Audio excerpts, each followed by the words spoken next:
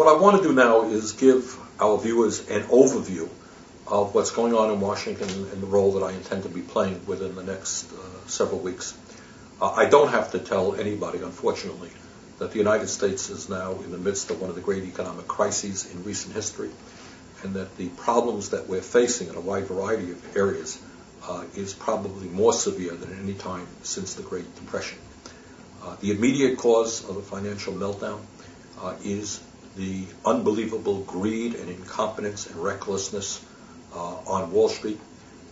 The fact that you had a handful of financial titans, these masters of the universe, who have behaved in an incredibly irresponsible way in bringing us to where we are today. And this is a whole area of how we got here, who is responsible, how we make sure this never happens again. This is an issue that we must deal with as a nation. What we're going to be seeing as soon as President Obama takes office is, in order to address the financial crisis, the immediate crisis, and in order to start putting millions of people back to work and to make sure that this financial meltdown does not expand, is the largest stimulus package in the modern history of the United States of America.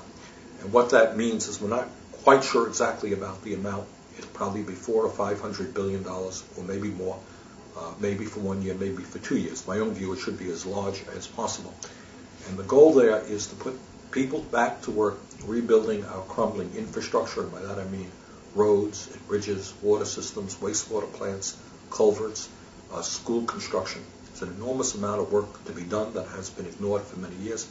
And the second half, in general, of that stimulus package is to break our dependency on foreign oil and move to energy efficiency and sustainable energy. We can create millions of jobs over a period of years through massive weatherization programs and through moving this country to solar, wind, geothermal, biomass, and other sustainable energies. Thirdly, we want to address the very serious problems facing states and cities all over this country, and we want to also, in the midst of all this, make sure that those people who are hurting the most, those people who have lost their jobs, those people who are low income, don't fall through the cracks. We don't want to see hunger in this country. We don't want to see people sleeping out on the streets. We don't want to see young people not being able to go to school.